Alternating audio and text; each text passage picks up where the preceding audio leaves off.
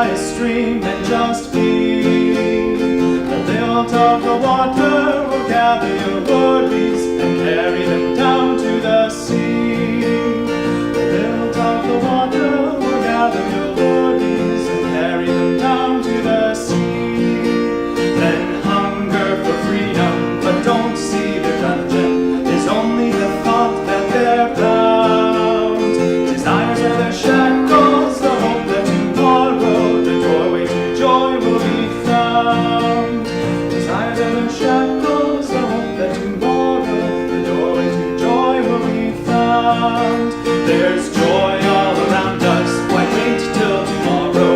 We've only this moment to live. A heaven within us is ours for the finding, a freedom no riches can give.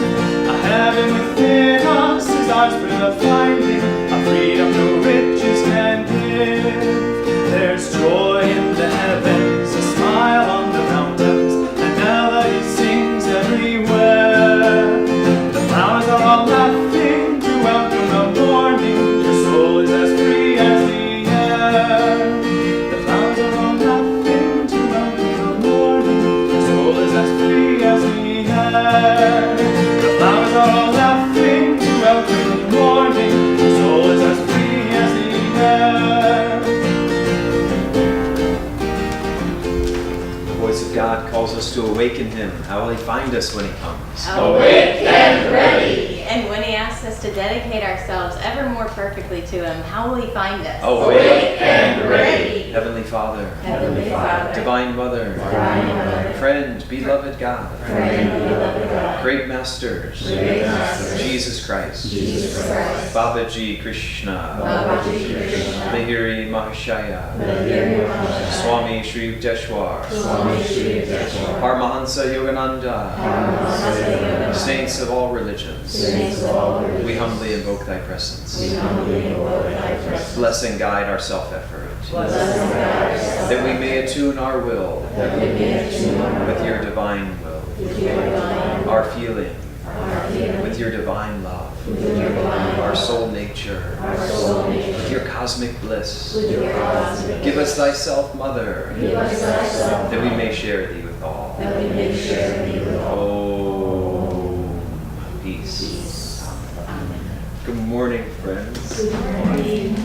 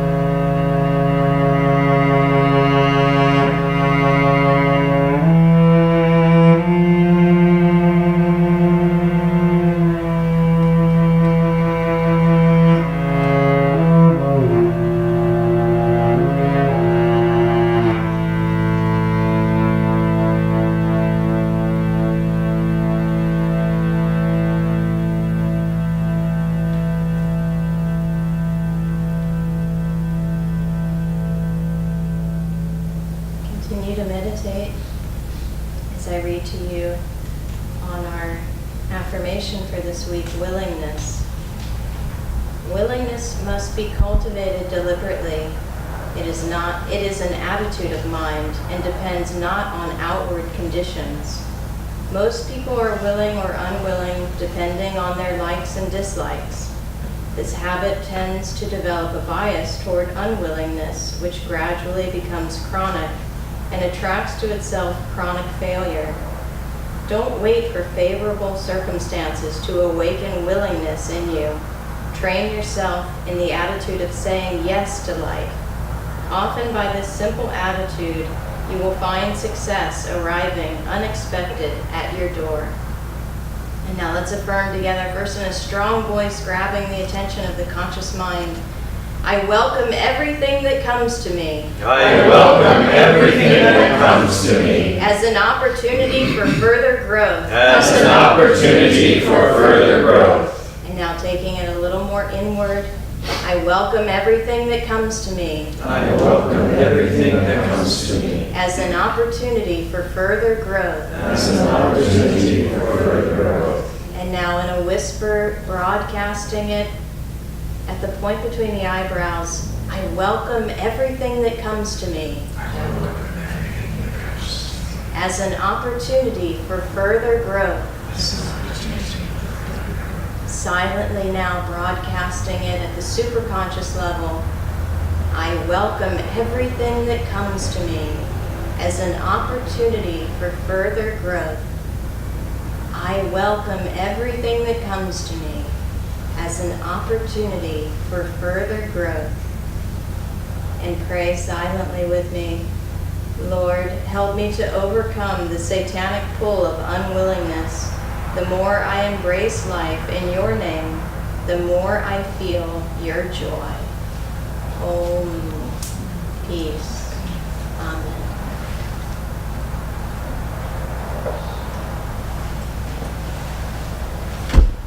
Good morning again. Welcome to Sunday service. Great to have you with us. My name is Dharmadevi, for those joining for the first time, and this is my husband Narayan. And welcome to those not joining online. We had a problem with our broadcaster this week. This is Rays of the One Light weekly commentaries on the Bible and Bhagavad Gita by Swami Ananda.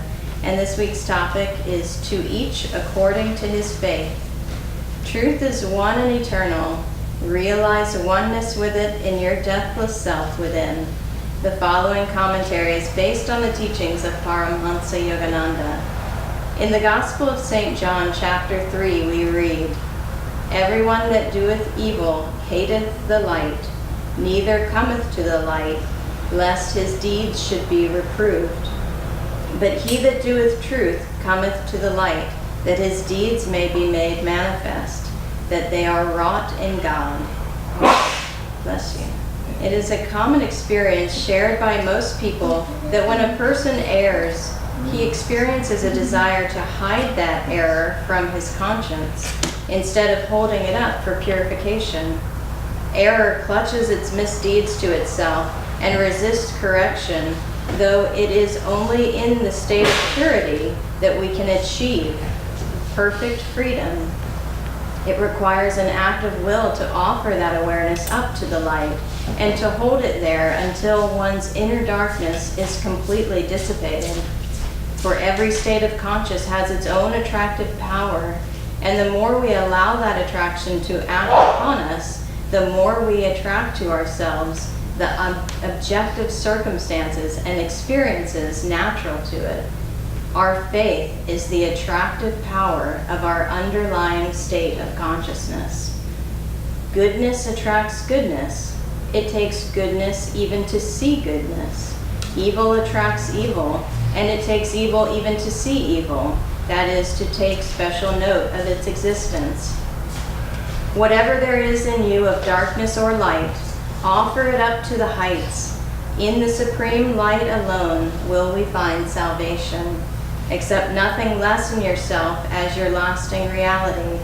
As the Bhagavad Gita says in the 12th chapter, cling thou to me, Clasp me with heart and mind, so shalt thou dwell surely with me on high. But if thy thought droops from such height, if thou beest weak to set body and soul upon me constantly, despair not. Give me lower service. Seek to reach me, worshiping with steadfast will. And if thou canst not worship steadfastly, work for me. Toil in works pleasing to me. For he that laboreth right for love of me shall finally attain. But if in this thy faint heart fails, bring me thy failure. Thus, through Holy Scripture, God has spoken to mankind.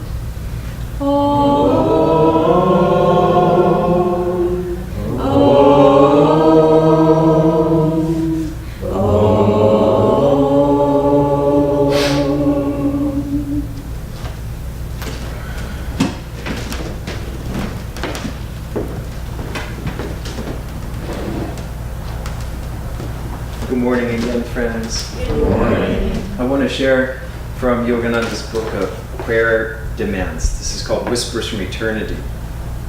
In fact, he said when he left the body, he said, read from his whispers. He said he would eternally talk to us through his whispers.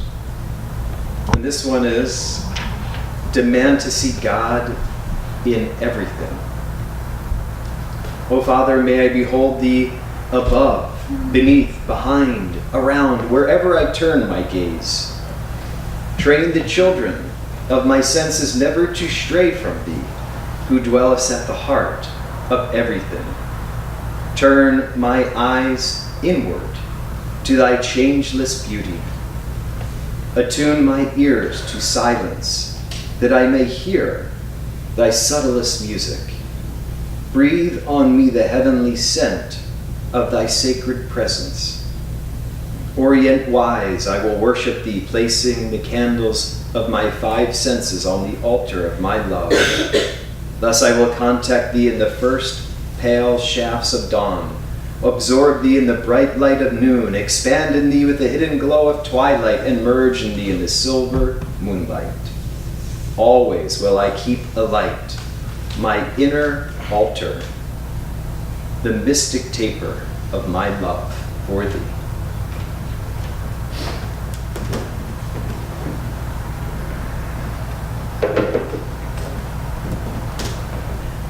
I was thinking about this topic today, and it's sort of surrounded by a special weekend for us, because some of you know, but some don't. Yesterday was Swami Kriyananda's moksha, his anniversary when he left the body. So it was 5 years ago yesterday, Saturday, April 21st. That's why we have this special setup with this picture and some of Swami's relics on the altar. And you know, if we could sum up Swami's life in one sentence, I was thinking, blessed the life that is given to God. You know, anything that we give to God, that's what this Gita reading is talking about. If we can give our love of our heart to God, if we can't do that, if we can toil, we can give our works, we can give our service. If we can't do that and our faint heart fails, we can give our failure to God. So whatever we give to God is blessed. But with Swami's life, you saw the fruit of an entire life that was dedicated from an early age and for many lifetimes.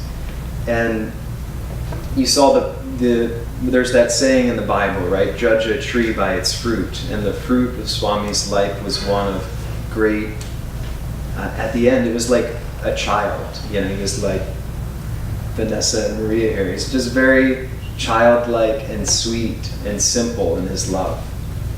And it came from what this reading of the Bible is talking about.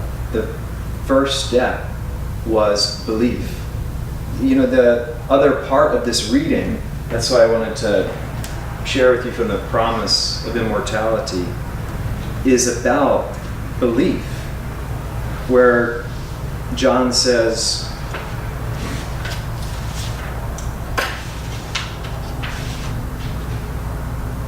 for God so loved the world that he gave his only begotten Son, that whosoever believeth in him should not perish, but have everlasting life. who believe in him. Who is he? Not Jesus Christ the man, but who believes in the Christ consciousness, that light of spirit, that every atom, as Yogananda said, is dowered with individuality. But we have to start somewhere, right? And that beginning point is belief. When Swami met Yogananda here in Los Angeles, one of the first things Yogananda asked of him, will you give me your unconditional love? And it was an immortal promise that Swami couldn't even understand, right? The full depth of that meaning at that time. And then Yogananda asked him, will you give me your unconditional obedience? And Swami said, as desperate as I was to be accepted, I had to be honest with him. And he said, well, what if I ever find you, sir, to be wrong? And Yogananda replied that I'll only ask of you what God asks me to ask. And Swami could feel, he believed. He didn't have complete and utter faith in Yogananda, but he had a provisional belief, and he could feel the authority of his being. And it was in that, and in fact, after that, in that same first meeting, Yogananda told him the story of when Sri Yukteswar met his guru, Lahiri Mahashaya, on the far left. And Lahiri said to him, attune your will to my will, because in the beginning our will is guided by whims and fancies. But when you more deeply attune your will to someone who's free, then your will becomes free. And so Sri Yukteswar told this story to Yogananda when they first met. And Yogananda said to Sri Yukteswar, very much the same as what Swami said to Yogananda, what if, sir, I find you less of a Christ-like master? And Sri Yukteswar said, I don't want your love, it stinks.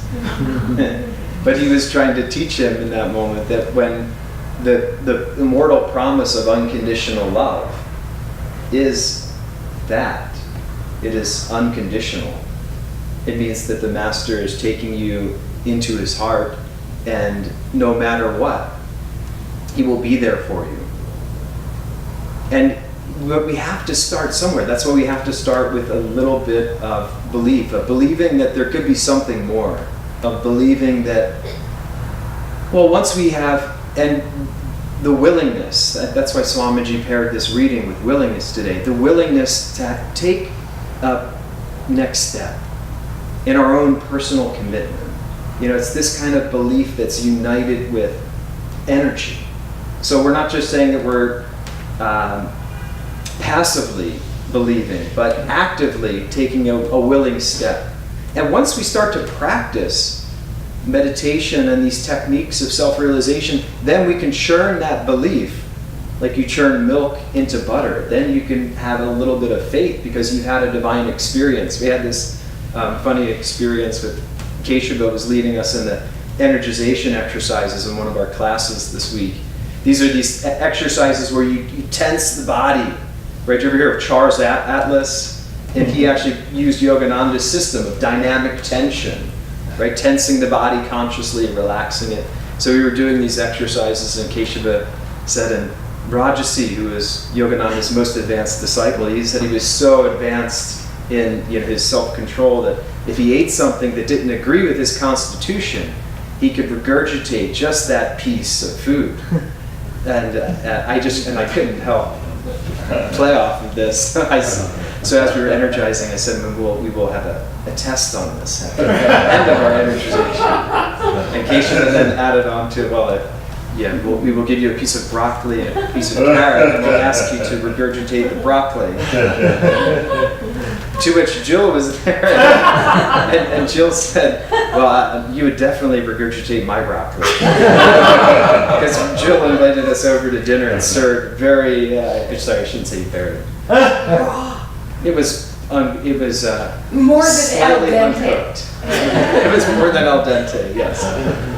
But this is where we have to start with where we are. So we start with belief. But like my mother said, I was sharing that the other day. My mother was my first guru in this life before I found Yoganandaji. She used to say, Philip, be careful what you wish for. You just may get it. we don't realize that we're living under the wishing tree.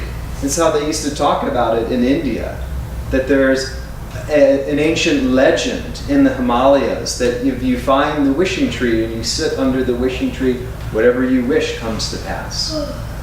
And there was a story that Yogananda told of a sadhu who found this wishing tree. And he came to that wishing tree, and then he asked for, in the Himalayas, he wanted to be in a big, beautiful golden palace. And lo and behold, right when he wished it, the palace was there, and he was sitting in this palace. And he said, well, I don't want to just be in the palace. I want to be served by beautiful maidens. I want fresh fruit. And right when he had that wish, he had servants, he had fruit, and they were feeding him. And there was a window that was open. And since he was in the Himalayas and the jungles, there's Bengal tigers that roam there. And he said, well, oh my God, well, what if a Bengal tiger just jumped in and it could get me at any moment? And the shudder of fear went down his spine. And right at that moment, a Bengal tiger jumped in the window and ate him. Be careful what you wish for. You just may get it. That's why, what do we want? We want to come back to that, the core of, well, what is it that I want? We need to continually get behind. And what we want, sometimes what we want and what we really want are miles apart. And so again and again, we just, if we can churn, we can just start with a little bit of belief that I'm willing to believe that I'm something more than this bag of bones, right? I'm something more than just this frail body.